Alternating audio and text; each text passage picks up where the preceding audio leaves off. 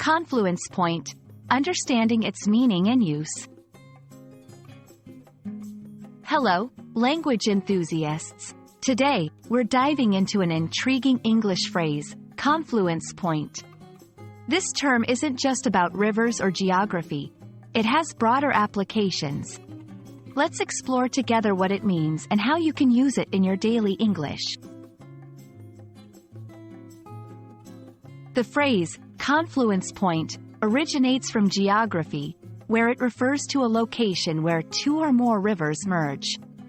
However, in everyday English, it's used metaphorically to describe a situation where different ideas, influences, or elements come together. Think of it as a meeting point, not just of rivers, but of thoughts, cultures, or trends. Let's see how confluence point is used in various contexts. 1. Business. In a corporate setting, a confluence point might refer to a project where different departments collaborate. 2. Culture. When discussing culture, it can describe a place or event where diverse cultural elements blend. 3. Personal decision-making. In personal scenarios, it might refer to a moment where various life paths or choices converge, leading to a significant decision. To get comfortable with the term, here are some example sentences.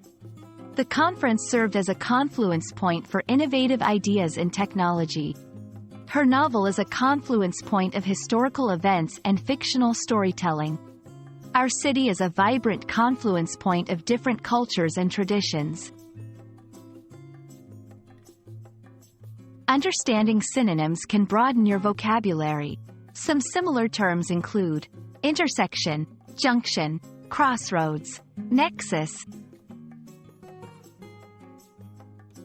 Understanding confluence point adds depth to your English, especially when discussing complex ideas or diverse elements coming together.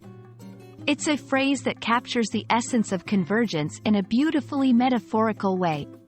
Keep exploring and using such phrases to enrich your language skills.